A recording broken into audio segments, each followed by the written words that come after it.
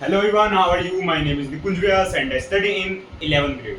तो आज का ये जो लेक्चर नंबर होने वाला है, ये लेक्चर नंबर आई थिंक 5 या 6 होने वाला है हमारी इस नई सीरीज के एक नए चैप्टर का, जिसका ये नाम है न्यूटन्स लॉज ऑफ मोशन। जैसा कि आपको पता है, इस सीरीज में मैं concepts of physics by HC. Verma sir, ये एक लेजेंडरी बुक है ना, इसके मैं क्वेश्चंस को सोल्व कर रहा हूँ।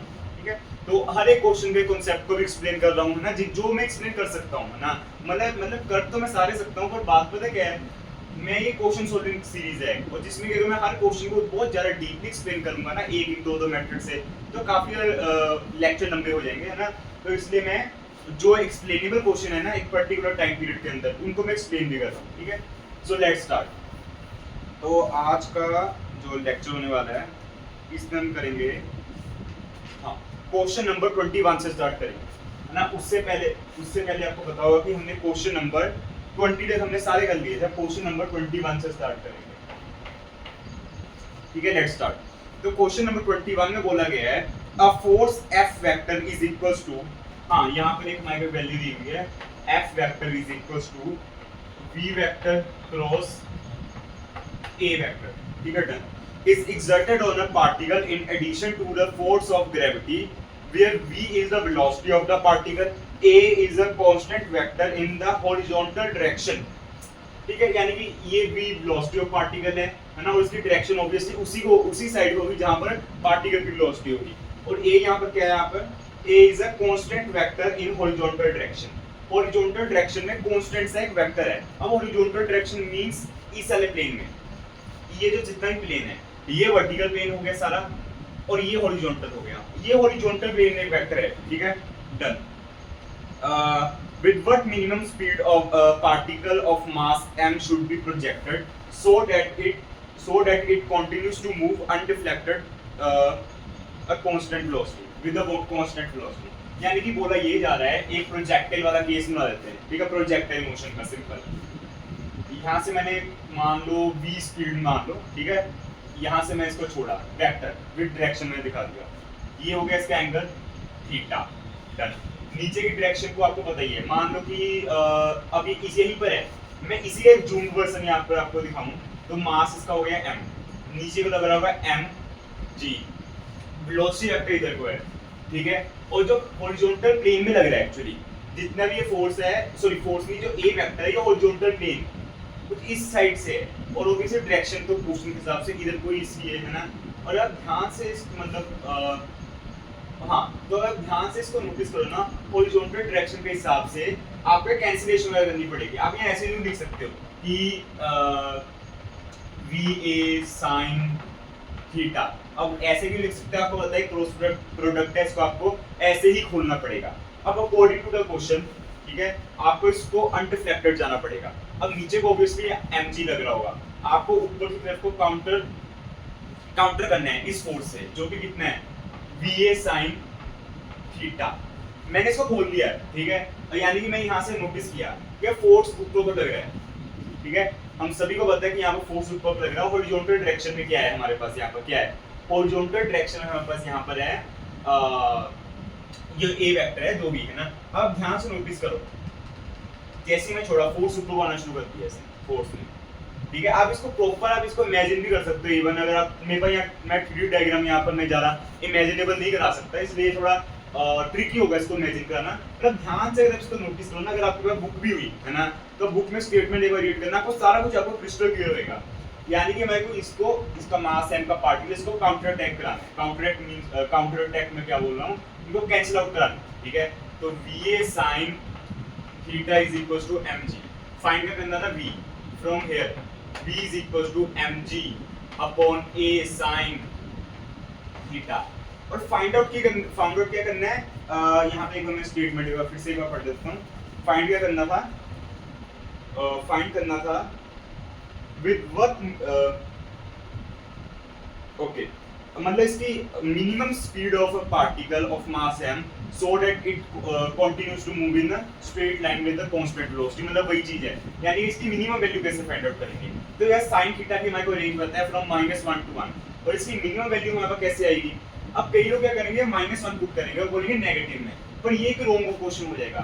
नेगेटिव का मतलब आपने इसको ग्राउंड के अंदर ही आपने इसको भेजना स्टार्ट कर दिया, जो कि पॉसिबल ही नहीं है रियल लाइफ में। मतलब पॉसिबल है, मतलब वो प्रोजेक्टाइल मोशन कैसा रहा। फिर यहाँ पर आपको इसकी वैल्यू अगर 1 पुट करोगे ना, ध्यान से देखो, इसकी वैल्यू मिनिमम आ रही होगी 1 के नीचे, अब जो मर्जी पुट कर लो 0 और 1 के बीच, इसकी वैल्यू ऑलवेज ग्रेटर देन 1 ही आएगी, मतलब 1 वाली वैल्यू से। तो यानी कि v मीन जो है ना, मिनिमम वैल्यू, वो आएगी mg/a। ठीक है, ये इसका आंसर होगा, फाइनल आंसर। ठीक है, इसके बाद मैं जा रहा हूँ क्वेश्चन नंबर 22। Question number 22। ठीक है, क्वेश्चन नंबर 22 को देखते हैं क्या बोल रहा है। इन अ सिंपल 8 फुट मशीन, है ना, 8 फुट मशीन और कोई नहीं है, पुलिस सिस्टम ही है, सिंपल वाला। ठीक है, अभी बना के दिखाऊंगा। Two unequal masses m1 and m2 are connected by a string going over a light smooth pulley। ठीक है, कुछ इस हिसाब का केस है। ठीक है, इसी को 8 फुट मशीन बोलते हैं। इस टाइप की जो पुली होती है ना, इसको 8 फुट मशीन बोलते हैं। ठीक है, मैं यहाँ चेक करूँ, यहाँ पर नीचे लिखा हुआ आ रहा है। यस, बिल्कुल आ रहा है। ठीक है, फाइन। तो two mass unequal masses m1 and m2। ठीक है, ठीक है, एक स्मूथ पुली वगैरह, ठीक है, सारा कुछ मेरे को दे दिया है। इन ए टिपिकल अरेंजमेंट, ठीक है, m1 की वैल्यू मेरे को दी हुई है 300 ग्राम्स। लेट्स सपोज ये m1 है, जिसको भी मैं ऐसे लिख सकता हूँ 0.3 kg। 300 ग्राम्स को 0.3 kg लिख दिया। और m2 की वैल्यू कितनी है 600 ग्राम, जिसको भी मैं लिख सकता हूँ 0.6 kg। ठीक है, done. The system is released, ठीक है, फ्रॉम रेस्ट, यानी कि इसको पहले पकड़ के रखा था, इसको फिर रोक दिया। ठीक है, find the distance travel by the first block in first 2 second.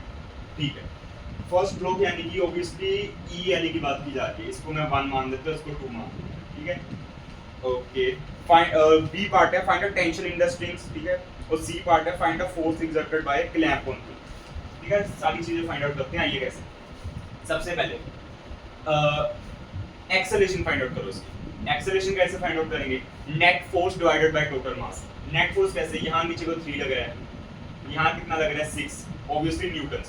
ठीक है, वेट लग रहा है नीचे को, तो एक्सेलरेशन कितना आ रहा होगा, यानी कि ये वाला एक्सेलरेशन की बात कर रहा हूँ। ठीक है, एक्सेलरेशन आ गया। उसके बाद सिंपल काइनेमेटिक्स का क्वेश्चन है, जिसको मैं भी आगे सोल्व नहीं करूंगा, इसको आगे आपको खुद भी सोल्व करना पड़ेगा। ठीक है, सिंपल आगे क्वेश्चन, मैं एक्सेलरेशन फाइंड आउट कर रहा हूँ, कॉन्सेप्ट सारे बेसिक है यहाँ पर। Acceleration is equal to net force, यानी कि 6 माइनस 3 कितना हो गया 3 divided by total mass 0.6 plus 0.3 0.9 kgs। आगे सोल्व करो, 30/9 10/3 मीटर्स पर सेकंड स्क्वायर इसकी एक्सेलरेशन आ रही है। ठीक है, इसके बाद आप पार्ट जो ए है ना, वो आप इजीली फाइंड आउट कर सकते हो। मैं पार्ट बी और सी में मैं जरूर एक बार जाऊंगा, बिकॉज इस सारे पार्ट में तो अभी मतलब सिंपल काइनेमेटिक्स ही लग रही है। ये आपके पास एक्सेलरेशन है, इनिशियल वेलोसिटी 0 से स्टार्ट हुआ है, रिलीज बोल है ना, रिलीज फ्रॉम रेस्ट है ना, आगे आप डिस्प्लेसमेंट वगैरह फाइंड आउट करो। ठीक है, इन 2 सेकंड s = ut + ½ at² का यूज करके। डन। ठीक है, अब ये जो है पार्ट बी जो है ना, मैं एक बार उसको जरूर एक्सप्लेन करना चाहूंगा। पार्ट बी में बोला है टेंशन, तो टेंशन की मतलब ज्यादा मतलब वैसी टेंशन लेने की बात नहीं है इसमें, है ना। एक इक्वेशन ऑफ बनाओ, एक कोई इक्वेशन बना देते हैं यहाँ पर। फॉर एग्जांपल लेट्स सपोज यहाँ टी लग रहा है, ऑब्वियसली यहाँ भी टी लग रहा होगा, अगर स्मूथ पुली है, लाइट वेट है, स्ट्रिंग भी लाइट वेट है, तो मैं सिंपल सी बात बोलूंगा 6 minus T is equal to 0.6 into acceleration. Obviously ये जितना कि इसको मैं अगर डालूंगा तो 2 आ रहा होगा आंसर, है ना, बिकॉज 0.6 इंटू 6/3 2। ठीक है, from here T is equal to 4 Newton.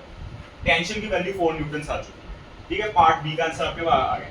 अब पार्ट सी को कैसे फाइंड आउट करेंगे। ठीक है, पार्ट सी यानी कि यहाँ पर क्या बोला हुआ है, तो एक बार ये बता दूं। पार्ट सी में बोला गया है find the force exerted by the clamp on the पुली, है ना। ये छोटा सा आपको चीज बताता हूँ, ये क्लैंप इसको बोलते हैं।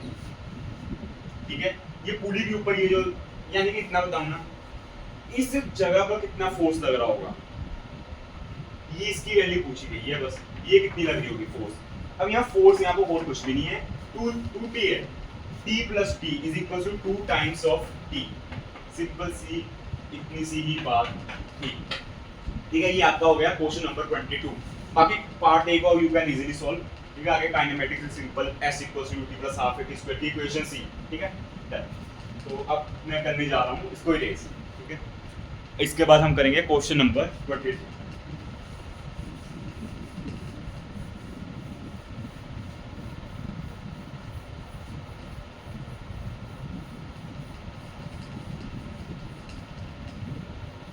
अब हम करेंगे क्वेश्चन नंबर 23, ठीक है। कंसीडर द एटवुड मशीन, वही जो पिछला वाला केस था, एटवुड मशीन आपको पता है क्या चीज होती है, ठीक है। कंसीडर द एटवुड मशीन, ठीक है, ऑफ द प्रीवियस प्रॉब्लम, ठीक है, previous problem, the larger block is stop for a moment 2 second after the system is set to be in motion, ठीक है। ये अच्छा क्वेश्चन है, एक बात देखते हैं। ये वाला क्वेश्चन है, इसमें बोला क्या गया है, ये का पूरा क्वेश्चन ही बना लेते हैं, ठीक है ना। तो यहाँ पर ये 0.6 kg मान लेते हैं इसको, 6 न्यूटन लग रहा होगा, ये हो गया 0.3 kg, नीचे को 3 न्यूटन लग रहा होगा। एक्सेलरेशन भी हमने इसकी फाइंड की थी, आई थिंक 10/3, ठीक है, 10/3 मीटर्स पर सेकंड स्क्वायर, और सेम ऐसे 10/3 मीटर्स पर सेकंड स्क्वायर, ठीक है। ये पूरा सिस्टम हो गया पुराने वाला क्वेश्चन में सेम डायग्राम बना दिया है, ठीक है। पूछा गया है consider the atom machine of the previous problem, the larger mass is stopped for a moment 2 second after the system is released। अब 2 सेकंड के बाद ना सिस्टम जब रिलीज हुआ तो उसको छोड़ दिया गया। अब मान लो कि यहाँ से रिलीज हुआ होगा, अब यहाँ पे इसको छोड़ा तो यहाँ पे इसकी कुछ ऑब्वियसली स्पीड तो रही होगी, यहाँ से u 0 से स्टार्ट हुआ है, तो यहाँ तक जो स्पीड रही होगी वो काइनेमेटिक्स अभी हम फाइंड आउट करेंगे, ठीक है। मैं करके दिखा दूंगा उसको, ठीक है। After the system is set to be in motion, find a time elapsed before the string is tight again. बोला अब ये आप ध्यान से अगर नोटिस करो ना, इतना ज्यादा अच्छा क्वेश्चन बन चुका है ना, इतना ज्यादा ब्यूटीफुल क्वेश्चन है। यहाँ पूछा ये जा रहा है, मतलब एक तरह से रियल लाइफ क्वेश्चन ही बन चुका है ये, कि मैंने इसको यहाँ से रिलीज किया, अब ये नीचे आ रहा होगा किसी स्पीड से, ये सबसे पहले स्पीड फाइंड आउट करते हैं। आ जाओ, स्पीड कैसे फाइंड आउट करेंगे, u + 8 u 0, 2 सेकंड के बाद रुका है ना, तो यहाँ पर वैल्यू पुट करो 20/3 मीटर्स पर सेकंड स्पीड से अगर नीचे जा रहा है, काइनेमेटिक्स से फाइंड आउट किया है, ठीक है। कोई भी यहाँ पर रट्टाफिकेशन नहीं है, ठीक है, क्रैमिंग बिल्कुल भी नहीं है। अब ध्यान से नोटिस करो, यहाँ से इसको मैं छोड़ा, हाँ टेंशन तो चलो उसकी जरूरत है नहीं इससे हमारे को बिल्कुल भी। अब यहाँ से मैं इसको पकड़ लिया at t = 2 second, t = 2 second, यहाँ से मैं इसको पकड़ा। अब पर इसको तो ना पता चलता मैंने इसको रोक लिया, ये तो भी ऊपर जाता रहेगा until and unless इसके ऊपर। हाँ अब यहाँ पे एक और चीज है, जब मैं इसको पकड़ लिया ना, ये ऊपर तो जाएगा विद व्हाट स्पीड, स्पीड क्या होगी उसकी, एक वो भी फाइंड आउट कर लीजिए। ध्यान से नोटिस कर लो, एक्सेलरेशन तो सेम ही है, तो स्पीड ऊपर तो वही होगी 20/3 मीटर्स पर सेकंड, ठीक है, 20/3 मीटर्स पर सेकंड ही होगी, ठीक है, पर ऊपर की डायरेक्शन में, पर ऊपर की डायरेक्शन में। ओके, जब मैंने इसको रोका, टेंशन क्या होगी, 0 स्ट्रिंग में, है ना, टेंशन तो क्या होगी 0, पर इसके बाद इनर्शिया होगा, ये ऊपर जाएगा, एक टाइम के बाद रुकेगा और फिर से नीचे आ जाएगा। एक तरह का हमारे पास मोशन इन वन डायमेंशन का मोशन अंडर ग्रेविटी वाला क्वेश्चन ही बन गया है। मास को भी लेना देना नहीं है, यानी कि अभी ऊपर जाएगा जाएगा जाएगा जाएगा, यहाँ रुकेगा किसी पॉइंट पर और फिर से नीचे आ जाएगा। और हमारे को फाइंड क्या करना है, फाइंड क्या करना था, find a time elapsed before the string is tight, यानी कि जब मैंने इसको रोका ना 2 सेकंड पे, उसके बाद मेरे को मैंने मान लो स्टॉप वॉच स्टार्ट कर दी, यहाँ ऊपर जाने से लेकर नीचे तक, जब तक स्ट्रिंग फिर से टाइट नहीं होगी, बिकॉज नीचे आएगा फिर से टाइट हो जाएगी, तब तक जितना भी टाइम लगेगा सारा फाइंड आउट करना है। यानी कि अगर मैं ऊपर सवाल बताऊँ ना, इसका टाइम ऑफ फ्लाइट डिफाइन करना, एक लाइन का आंसर था, एक लाइन का टाइम ऑफ फ्लाइट उसका, ठीक है। आइए निकालते हैं टाइम ऑफ फ्लाइट, जो भी वो उसका फाइनल आंसर होगा। कैसे फाइंड आउट करेंगे, वर्टिकल डायरेक्शन में वेलोसिटी है, मैं सिंपल v = u + 8 यूज करता हूँ, ठीक है। u ऑब्वियसली अब है हमारे पास, ठीक है, एक्सेलरेशन भी पता है, टाइम हम फाइंड आउट कर सकते हैं, और ये जो वेलोसिटी फाइनल 0 भी है, और मैंने इसको अगर 2 से मल्टीप्लाई कर दूं, ठीक है, प्रॉपर टाइम ऑफ फ्लाइट भी आ जाएगा, ठीक है। ये जो वैल्यू है ना 20/3, ये इसकी इनिशियल वेलोसिटी है, multiplied by 2 whole divided by 3 whole divided by 10 acceleration due to gravity. Acceleration due to gravity यहाँ पर प्ले में आ चुका है। This is our final answer. Okay, this is our final answer. छोटा सा आंसर, एक लाइन का आंसर। क्वेश्चन ऐसा था ना कि मतलब कई इसको इमेजिन नहीं कर पाए। ठीक है, अच्छा क्वेश्चन था ये। अब इसके बाद मैं करने जा रहा हूँ क्वेश्चन नंबर 24। ठीक है, क्वेश्चन नंबर 24 कहाँ पर करूँगा? यहाँ पर हो जाएगा, यस यहीं पर रखता हूँ। ठीक है, इसको मैं तो नीचे लिख देता हूँ।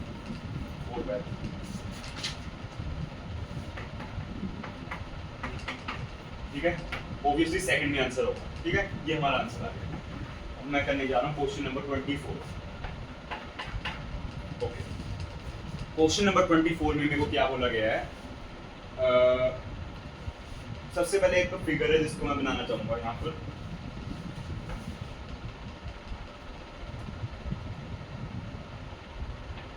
इसको भी मैं थोड़ी देर में रेज भी करने वाला, आपको पता चल जाएगा क्यों करने वाला। ठीक है, क्वेश्चन सोल्व करने की सही टेक्निक बता रहा हूँ, जिससे क्वेश्चन सच्ची में सोल्व होते हैं इन रियलिटी। जो भी इंसान क्वेश्चन बनाएगा ना, वो हमेशा यही चाहेगा कि जो क्वेश्चन सोल्व करे ना, उसको क्वेश्चन सोल्व होए। क्वेश्चन बनाए इसलिए जाते हैं ताकि क्वेश्चन सोल्व होए, पर उसको सोल्व करने में मेहनत ज्यादा लगे। ये एक टारगेट होता है हर क्वेश्चन बनाने वाले का। ठीक है,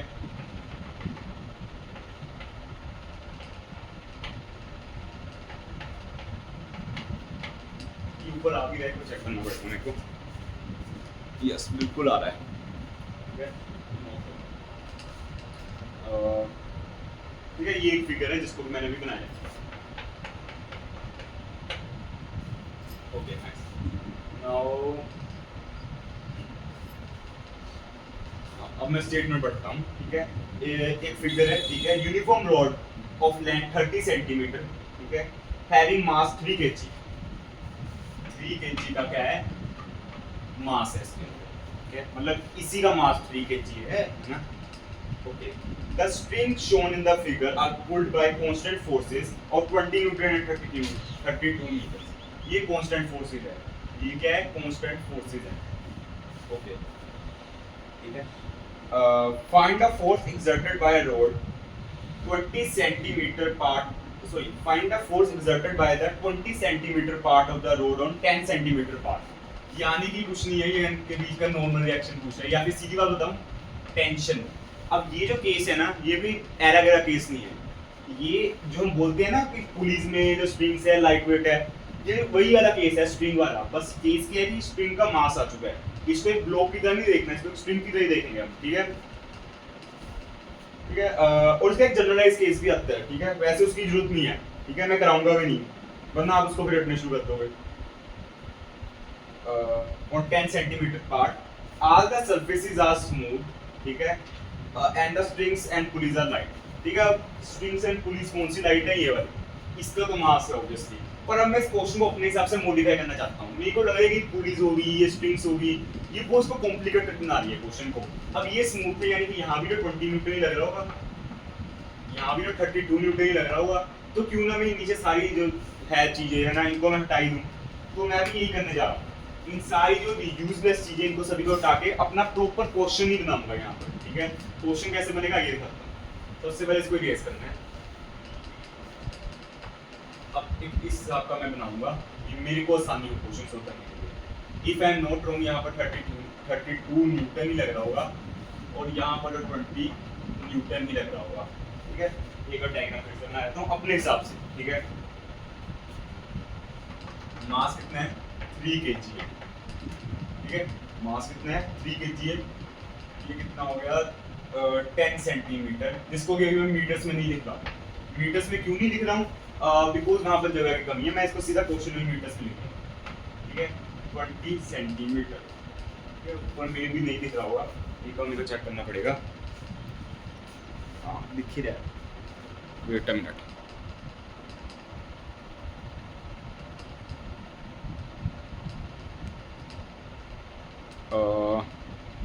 Wait a minute. I think now it's fine. Okay. ठीक है, तो मैं क्या बात कर रहा था कि मैंने अपने हिसाब से क्वेश्चन का डायग्राम बना लिया। ठीक है, अब क्वेश्चन का डायग्राम मैंने अपने हिसाब से मैं बना लिया है, तो मैं क्या यहाँ पर करूँगा? सबसे पहले मेरे को यहाँ इनके बीच का ये टेंशन है ना, इसी की तो वैल्यू फाइंड आउट करनी है। ये टेंशन ही तो मेरे को फाइंड आउट करनी है, और कुछ फाइंड करने वाला है ही नहीं यहाँ पर। कैसे फाइंड आउट करेंगे? ये ना क्वेश्चन बहुत कुछ भी नहीं है, ये क्वेश्चन बहुत कुछ भी नहीं है। ये क्वेश्चन है सिंपल सी, आपका कॉन्सेप्ट बताता हूँ। आपको याद है हमने क्वेश्चन किए थे, लोग है इसको यहाँ से धक्का मारा जा रहा है, इसकी वजह नेट एक्सेलरेशन निकाल लो, ठीक है, जो भी वैल्यू आई इस फोर्स से इनके बीच का आपको जो भी नॉर्मल रिएक्शन होता है वो फाइंड आउट करना था। कितने आसान क्वेश्चन होते हैं। सेम वही चीज है, सेम वही चीज है यहाँ पर, है ना। तो मैं यहाँ बता रहा था सेम यही, यहाँ पर यही चीज है, ठीक है। अब यहाँ पे इसको कैसे सोल्व करेंगे आइए देखते हैं, ठीक है। अब क्वेश्चन को ना और भी ज्यादा मॉडिफाई करना है मेरे को अपने हिसाब से। कैसे करूंगा? ज्यादा कुछ नहीं, बस इतना सा काम करना है कि सबसे पहले नेट एक्सेलरेशन तो फाइंड आउट करें, है ना। नेट एक्सेलरेशन फाइंड आउट करो। कैसे फाइंड आउट करेंगे? Net force 32 - 20 12 divided by total mass 3 4 metres per second square से ये ब्लॉक उधर को जा रहा है, ठीक है, नो प्रॉब्लम, उधर को जा रहा है। एक्सेलरेशन आ गई, स्टेप 1 क्लियर। इसके बाद इनको अलग अलग अगर तोड़ के लिख देते हैं, है ना। क्यों लिख रहे हैं आपको भी बताऊंगा। यहाँ लग रहा है 20 न्यूटन, यहाँ लग रहा है टेंशन T, ठीक है, यहाँ लग रहा है टेंशन T। उसके बाद इसका ये वाला हिस्सा तो छोटा ही बनाता हूँ दोनों को, ठीक है। सबसे पहले ये वाला हिस्सा बनाऊंगा, यहाँ लग रहा है टेंशन T, यहाँ है 20 न्यूटन। एक और यहाँ पर हिस्सा, इसकी वैल्यू T है तो मैंने बीच में लिख दिया। यहाँ कितना लग रहा है 32 न्यूटन, ठीक है। एक बार मैं ये चेक करूंगा 32 न्यूटन, यस बिल्कुल यहाँ पर 32 न्यूटन यहाँ पर दिख रहा है, ठीक है। इन दोनों का मासेस मेरे को पता करने हैं। एक्सेलरेशन दोनों की कॉमन है, 4 metres per second square and 4 metres per second square. अगर इनके मासेस पता चल जाए ना, क्वेश्चन सिंपल एक न्यूटन्स लॉज ऑफ मोशन का बन जाएगा। मासेस कैसे फाइंड आउट करेंगे? एक सिंपल यूनिटरी मेथड से। इसकी टोटल लेंथ कितनी है? 30 सेंटीमीटर। टोटल कितनी लेंथ है? 30 सेंटीमीटर। मैंने आपको बोला था ना मैं इसको मीटर्स में नहीं लिख रहा हूँ, उसका कारण यही है, इजी कैलकुलेशन के लिए। मेरे को इतना पता है कि 30 सेंटीमीटर की अगर मेरे पास रोड है तो उसका मास कितना है? 3 kg। अगर मेरे पास 1 सेंटीमीटर की एक रोड आ जाए उसका कितना होगा? 1/10 kg, 1/10 kg। इसको इससे डिवाइड कर दिया, यूनिटरी मेथड, ठीक है, यूनिटरी मेथड है नॉर्मल सा। अगर मेरे पास ऐसे मेरे पास 10 सेंटीमीटर की रोड आ जाए, इसका मास आ जाएगा 1 kg। ये 10 सेंटीमीटर की है तो ये 1 kg। ऐसी 20 सेंटीमीटर की आ जाए 2 kg, ये आ गया 2 kg। सिंपल यूनिटरी मेथड, ठीक है, डन। अब इसके सिंपल एनएलएम की इक्वेशंस अप्लाई करेंगे। कैसे? एक ही फाइंड करेंगे, टेंशन की वैसी वैल्यू आ जाएगी, और वही तो दोनों के बीच लग रहा है, ठीक है। आइए फाइंड करते हैं। लेट्स सपोज मैं इसकी नहीं, इसकी फाइंड आउट करता हूँ, ठीक है, या फिर इसी की फाइंड आउट कर लेते हैं इस ब्लॉक के लिए। t - 20 is equals to 4 × 1। Obviously 1 की वैल्यू मैं यहाँ क्या ही लिखूंगा ज़्यादा, है ना, तो 4 इसको लिख लो, 4 × 1। फ्रॉम हियर टेंशन की वैल्यू आ चुकी है 24 न्यूटन।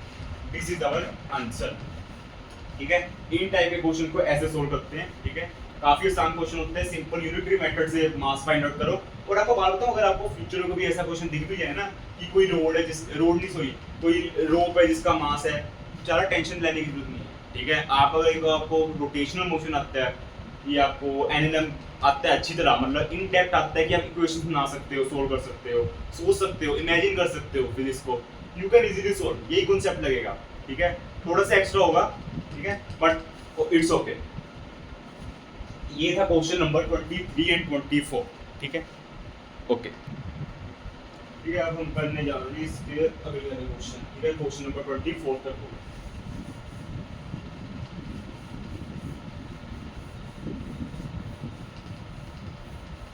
मतलब सिंपल सी बात इतनी है कि इस टाइप का कोई भी क्वेश्चन आएगा ना, you can easily solve it, ठीक है। छोटा सा काम होगा, बस क्वेश्चन को अच्छी तरह अपने हिसाब से ढालना है। और आपको सच बात बताऊं, क्वेश्चन ना काफी हद तक सोल्व होना स्टार्ट हो जाता है जब उसके ऊपर की आलतू फालतू चीजें हटा देते हो। अगर आप मेरे से पूछोगे ना, अब तक मैं जितने भी क्वेश्चन सोल्व किए हैं, ठीक है, मतलब बहुत ज्यादा नहीं किए, पर जितने भी किए ना फिजिक्स मैंने क्वेश्चन सोल्व अब तक ये 4-5 सालों में, मैं एक ही यहाँ पर मेन में उसका समरी बताऊंगा कि क्वेश्चन को ना टफ बनाने के लिए ऑथर ने काफी सारी एक्स्ट्रा चीजें डाली होती हैं, आपको उनको हटाना है बस, उनको हटा दिए, क्वेश्चन छोटा सा निकलता है बीच में से, है ना। ठीक है, let me have some water please. ठीक है, इसके बाद क्वेश्चन नंबर 24 स्टार्ट करेंगे।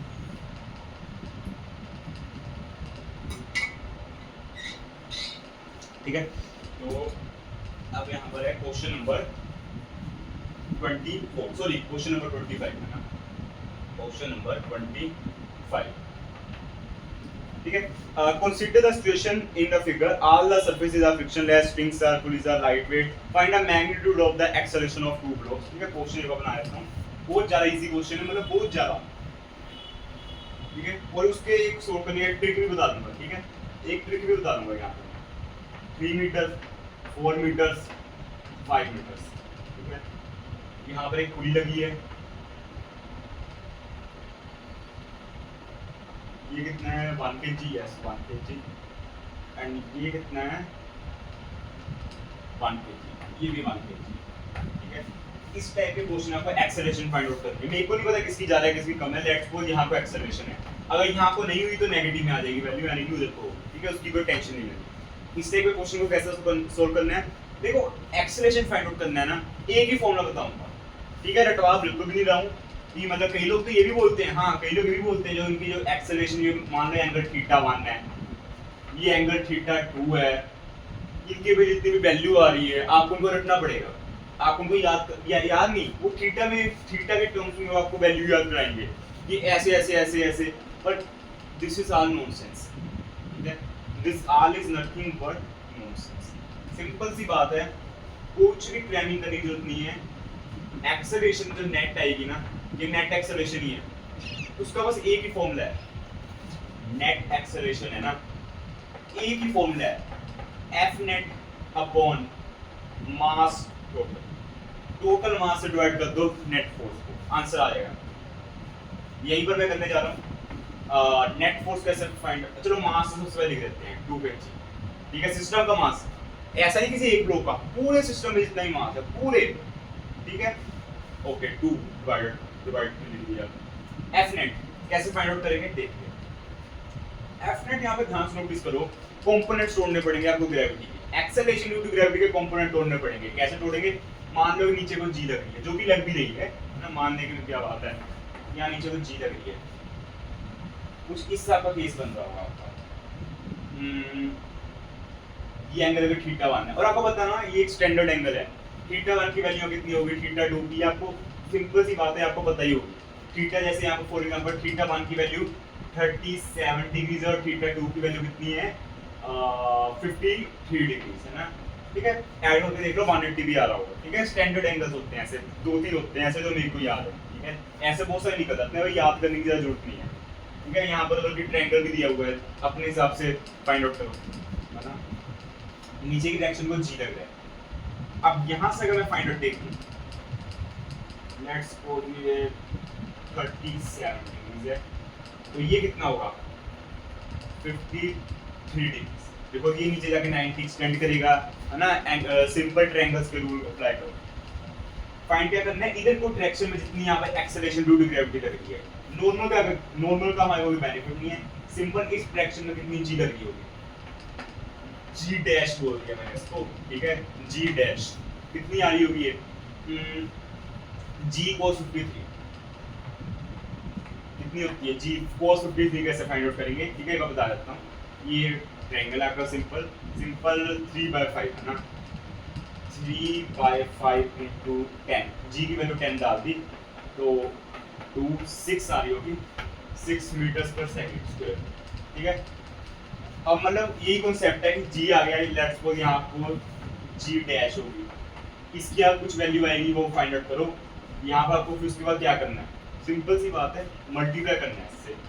कैसे फाइंड आउट करोगे, आप यहाँ से देख सकते हो इसकी वैल्यू ज़्यादा आ रही है। ठीक है, तो 1 into जी डबल डैश माइनस 1 into जी डैश। ठीक है, नेट फोर्स ऊपर आ गया, नीचे टोटल मास है, इसलिए फाइंड आउट करो, जितना भी वैल्यू आ रही होगी देख लेना। ठीक है, कॉन्सेप्ट सारे बता दिए मेन में। ठीक है, ये जी डैश है, कितना है 6 मीटर्स पर सेकंड। ये कॉन्सेप्ट मैंने ऊपर सारे बता दिए हैं, ऊपर से क्यों बोलूं, इन डेप्थ सारे बता दिए। ठीक है, आगे यू कैन सॉल्व। ठीक है, ये हो गया क्वेश्चन नंबर 25। इसके बाद जाएंगे क्वेश्चन नंबर 26 पे। क्या कम question number 26, a constant force F, ठीक है, अ कांस्टेंट फोर्स, ठीक है, a constant force F which is equals to, एक बार डायग्राम दिया वो भी बना देता हूँ मैं।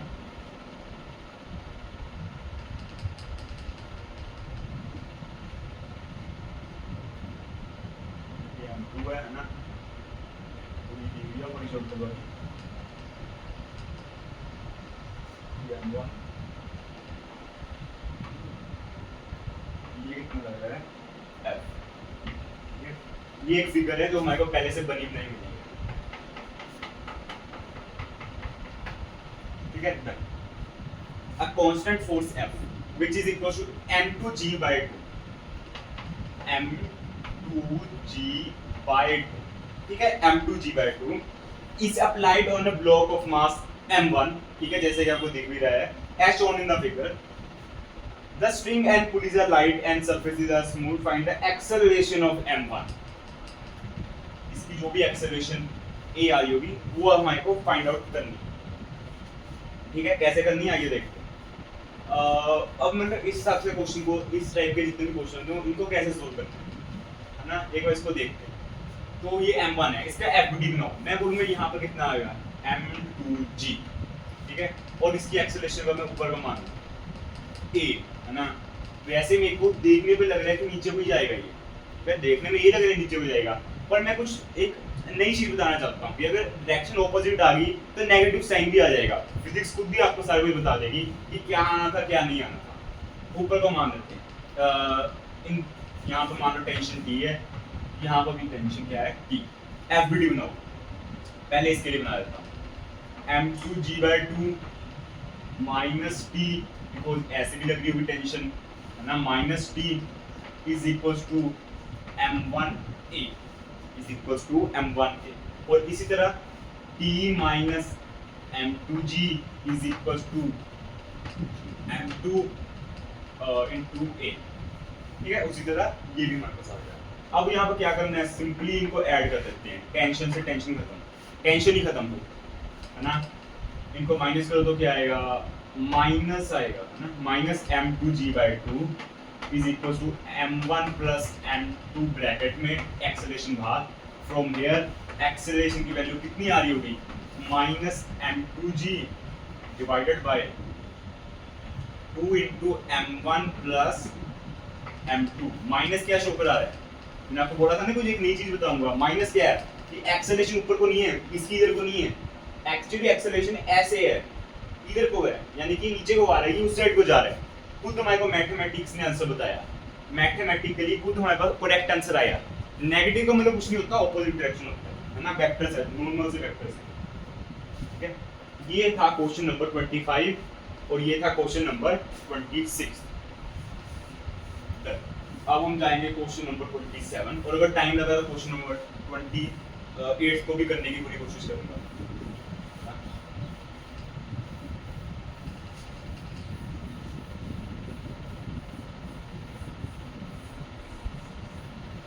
क्वेश्चन नंबर 27,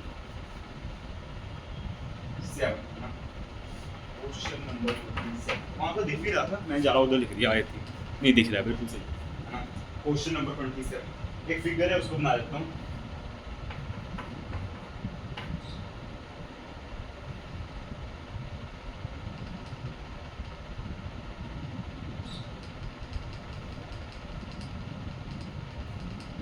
ठीक है, एक मैंने ऐसे फिगर से बना दी है 27, m1 मैं इनकी सीधा वैल्यू बाद में लिखूंगा, ठीक है।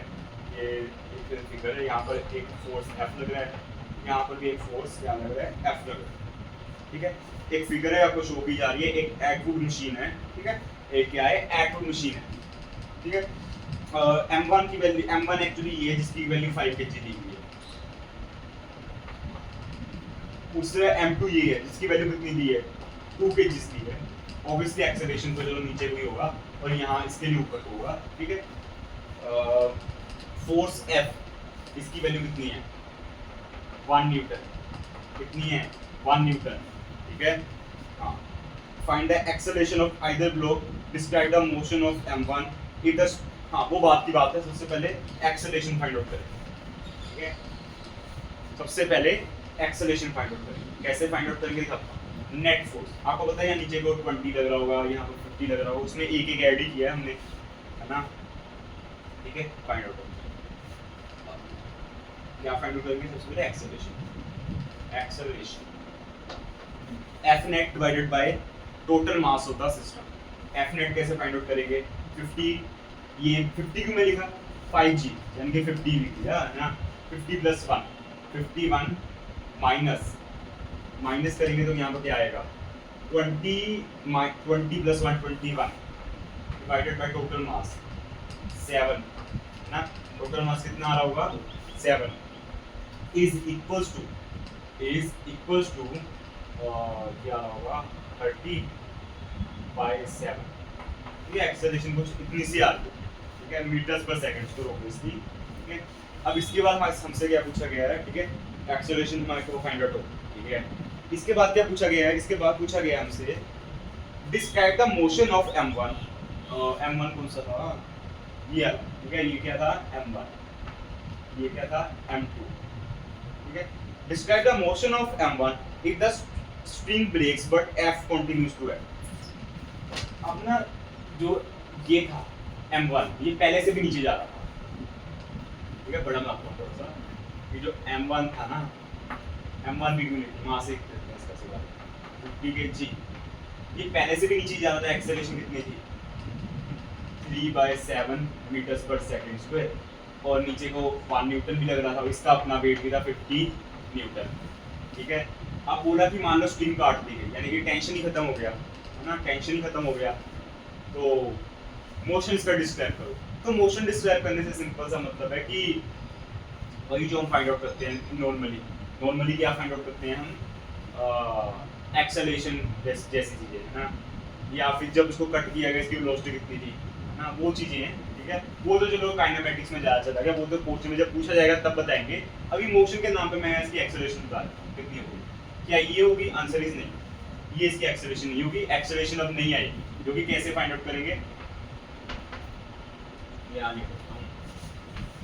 ए न्यू यानी कि कट करने के बाद कितनी आ रही होगी 51 डिवाइडेड बाय 5 न्यूटन सही न्यूटन नहीं मीटर्स पर सेकंड ठीक है ये आपके पास आ रहा होगा इसका आंसर ठीक है और हाँ ये उन्होंने कैसे बोला था अगर F1 इसके ऊपर फिर भी एक्ट करता ठीक है तो हमने फाइंड आउट करके बता दिया ठीक है ये था हमारा क्वेश्चन नंबर 27 है ना अब इसके बाद क्वेश्चन नंबर 28 को एक बार मैं चेक करूंगा ना तो क्वेश्चन नंबर 28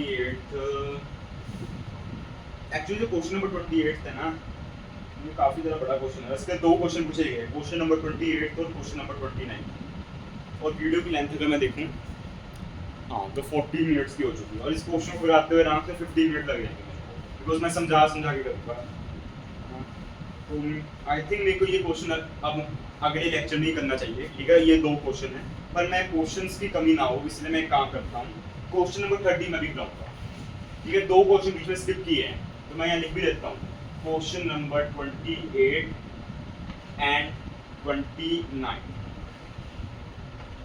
नेक्स्ट लेक्चर में सबसे पहले वही कराई जाती है ठीक है मैं अभी भी इसको करा सकता हूँ वैसे है ना पर अब मैं 28 करा दूंगा 29 उसी में बेस होगा वो अगले लेक्चर में कराऊंगा और अभी मेरे पास ज़्यादा टाइम भी नहीं है तो इसलिए मैं सिंपली 30 में जाऊंगा जो कि मैं जल्दी एक्सप्लेन करूंगा ठीक है question number 30 calculate tension in the string shown in the figure pulleys are lightweight and frictionless surface है एक क्वेश्चन कैसे इस हिसाब से क्वेश्चन है ये कितना दिया हुआ वन के जी काफी इजी क्वेश्चन है ये है ना ये क्या यहाँ पर एक फिक्स पुल ये बोल है 1 kg ठीक है टेंशन फाइंड आउट करना अब सारा कुछ लाइट वेट है ना सारा कुछ लाइट वेट है तो यहाँ पर भी टेंशन डी होगी यहाँ पर भी टेंशन डी होगी यहाँ पर भी टेंशन डी होगी यहाँ पर भी टेंशन डी होगी तो सबसे पहले मैं एक्सेलरेशन फाइंड आउट करूंगा लेट्स सपोज नीचे का एक्सेलरेशन है ठीक है, ऊपर को वैसे होगी नहीं, पर अगर हुई कुछ ऐसा केस बन गया तो खुद ही नेगेटिव आंसर आएगा। ठीक है, एक्सेलरेशन की लेट्स सपोज नीचे का एक्सेलरेशन की वैल्यू कितनी आ जाएगी, ये कितना है 10 डिवाइडेड बाय टोटल मास, तो इसके बाद भी फोर्स नहीं अप्लाई किया जा रहा है, डिवाइडेड बाय टोटल मास कितना जा रहा होगा 2 यानी कि 5 metres per second square, positive है यानी कि ऑब्वियसली नीचे को ही जा रहा होगा। ठीक है, ये मैंने एक्सेलरेशन फाइंड आउट कर। अब लेट्स सपोज इसी की मैं इक्वेशन बना रहा हूं कैसे 10 minus T is equals to 10 minus T is equals to 5 यानी कि 1 into 5 कर दिया। From here tension is equals to 5 metre, tension is equals to 5 metre. ये था मेरा आखिरी क्वेश्चन इस लेक्चर का। ठीक है, इस टाइप के क्वेश्चन को आपको जल्दी से जल्दी टैकल करना चाहिए कि मतलब ये तो आसान क्वेश्चन है पुलिस वाले, ये तो ऐसे ही हो सकते हैं ना।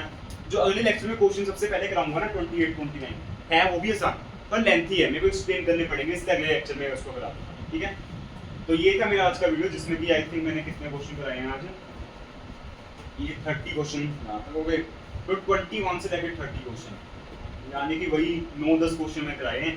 9-10 क्या मैंने 7-8 क्वेश्चन ही कराए हैं बिकॉज मैंने 2 क्वेश्चन तो मिस कर दिए जो कि अगले लेक्चर में कराऊंगा मैं। ठीक है, तो ये था मेरा आज का वीडियो।